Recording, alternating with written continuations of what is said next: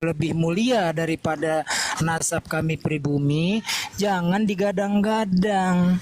Ente berbaur, anak-anak ente sekolahin di pondok pesantren, jadi ngajinya bareng, baca kitabnya bareng, hidup susah senang bareng di pondok. Ini kagak, anak-anak sekolah di rumah, belajarnya cuma nasab lagi, nasab lagi, nasab lagi. Terus dilatih deh cerita-cerita dongeng kurafat. Ini akan meneruskan nih generasi-generasi. Kan bisa dilihat tuh, Habib-Habib bocil udah berani. Siapa yang berani melawan Habib akan mendapat azab Allah, dan seterusnya dan seterusnya. Habib-Habib yang ABG juga kan lagunya udah tengil-tengil tuh, kayak babe-babenya. Nah ini udah nggak boleh lagi, gue udah bilang begitu. Cuman kesalahan Mbak Alawi, dia pikir musuhnya cuma Ki Imat, Sayyid Kori, Profesor Menahem Ali, terus Dokter Sugeng sama Sayyid Zulfikar. Dia pikir musuhnya itu. Kagak nyangka dia ternyata musuhnya hampir seluruh rakyat Indonesia yang di luar non muhibin. Nah lanjut host, standby lagi nyimak. Saya mau menambahkan nih. Yo, Sering blokir. jawab Toha. dong. Lanjutkan Toha. Bang Toha bin Yahya silakan. Lanjutkan yang lain dulu. Oh ada tamu ini.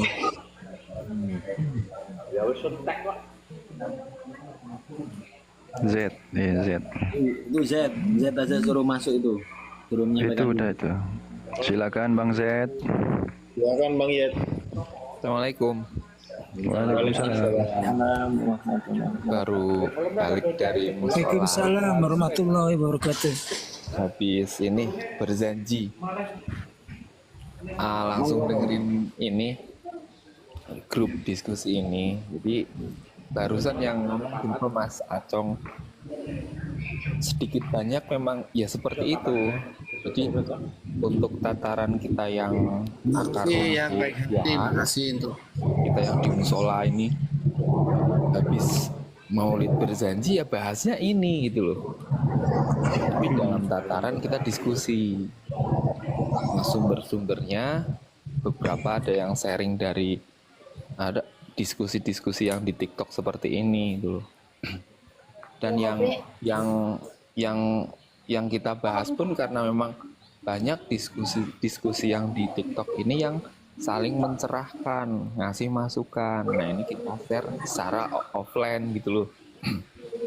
Makanya saya sih jarang ikut ngobrol nimbrung di diskusi seperti ini. Cuman saya memang lebih apresiasi ke grup-grup seperti ini, tapi yang penyampaiannya itu santun, kemudian berbobot, beretika, tanpa harus menghujat lah, ya kan? Karena memang ya itu tadi banyak orang yang nggak berani bersuara, misal kayak saya lah ya gabung seperti ini, tapi mereka memantau, mengamati, kemudian mengambil poin-poin yang penting gitu loh. Jadi ya menurut saya memang diskusi seperti ini tuh lebih dibanyakin tanpa harus merendahkan, walaupun sebenarnya kita yang ya kayak pertempuran dua arah gitu loh, tapi sebisa mungkin jangan ada penghujatan atau merendahkan karena memang kita sedang disimak oleh orang-orang yang memang lagi nyari kebenaran gitu loh. Betul. Om Yed, Om Yed. Tapi yang menghina dan merendahkan itu kaum mereka, Om Yed. Bagaimana menurut pihak panjenengan? Kita Makanya kan harus diam diri atau bagaimana? Kita juga punya wibawa loh.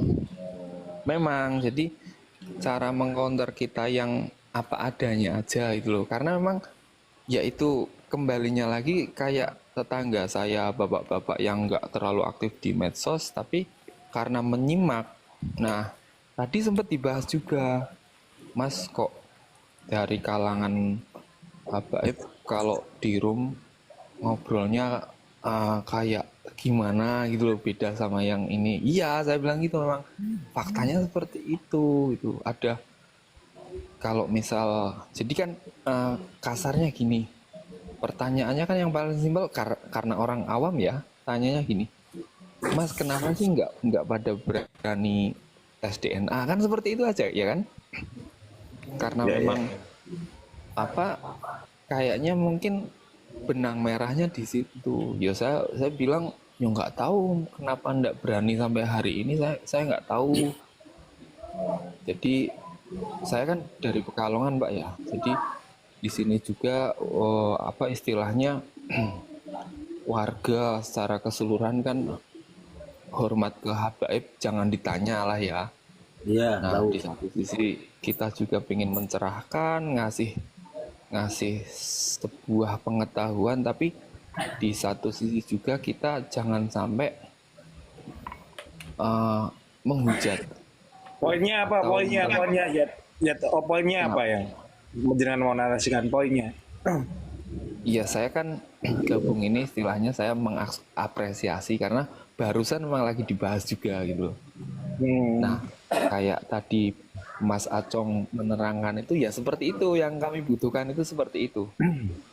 Ya benar. Fakta yang diperjelas, kemudian cara kita membalas gitu loh. Nggak harus terlalu banyak menghujat lah.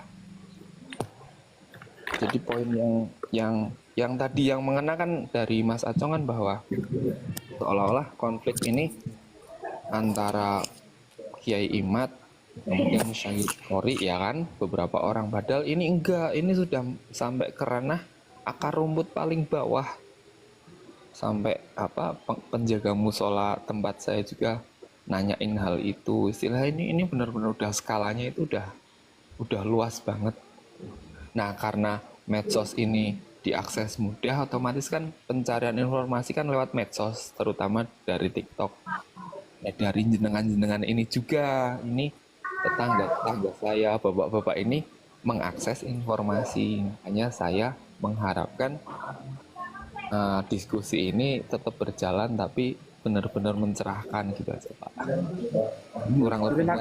Terima kasih ya. Tapi kalau saya pribadi ya, kalau untuk direndahkan saya tidak mau ya, karena saya juga merasa lebih mulia. Leluhur saya itu lebih lama tinggal di sini. Mereka itu cuman pendatang begitu ya. Monggo ya. Kalau mau tanggapi ya.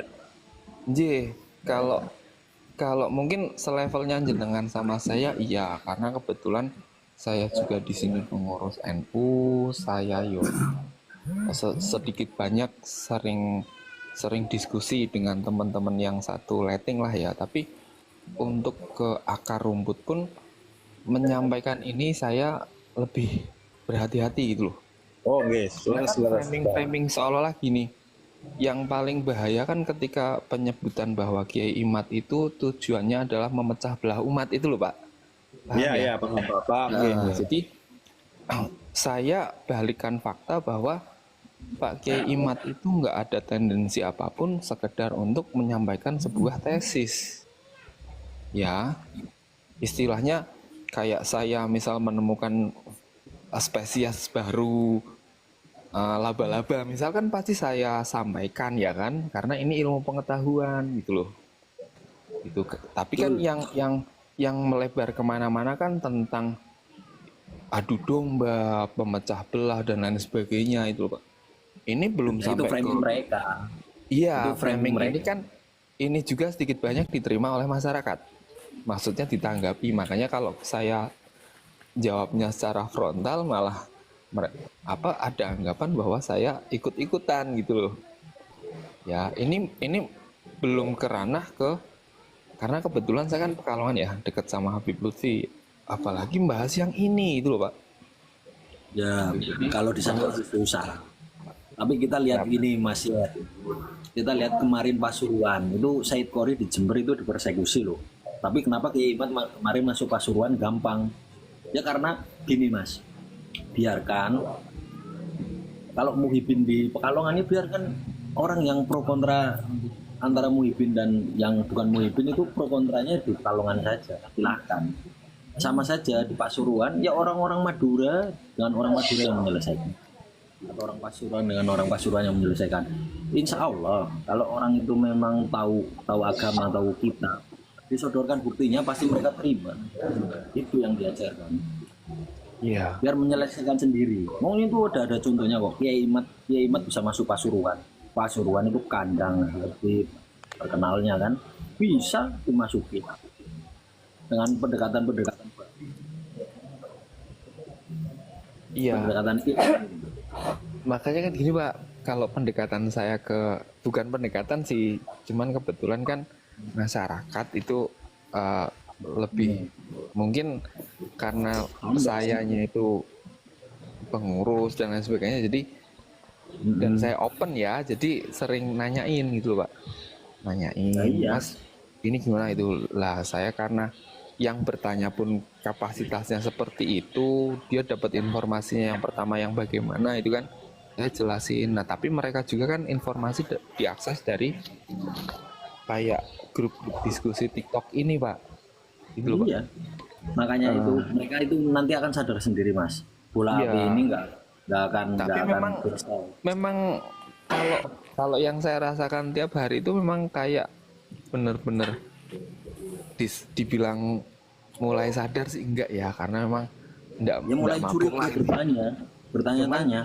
Ada pencerahan, bener-bener pencerahan mulai dari tentang Zuriyah Rasul, kemudian kayak perilaku yang maaf ya, yang dari pihak sana yang seperti itu ya, yang tentang ya seperti itulah yang beredar video-video itu kan akhirnya kan menambah ya kan. Iya. Nah itu kadang Makanya biarkan saja itu para muhibin yang masih akut itu suruh ngomong. Nanti izin bertanya saya ya kepada Mas Z, nanti izin bertanya.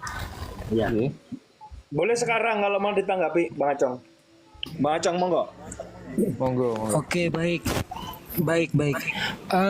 Tadi Mas Z bilang kan dekat dengan Habib Lutfi. Ini yang dimaksud Habib Lutfi bin Yahya bukan ya? Iya, kalongannya Lutfi bin Yahya itu.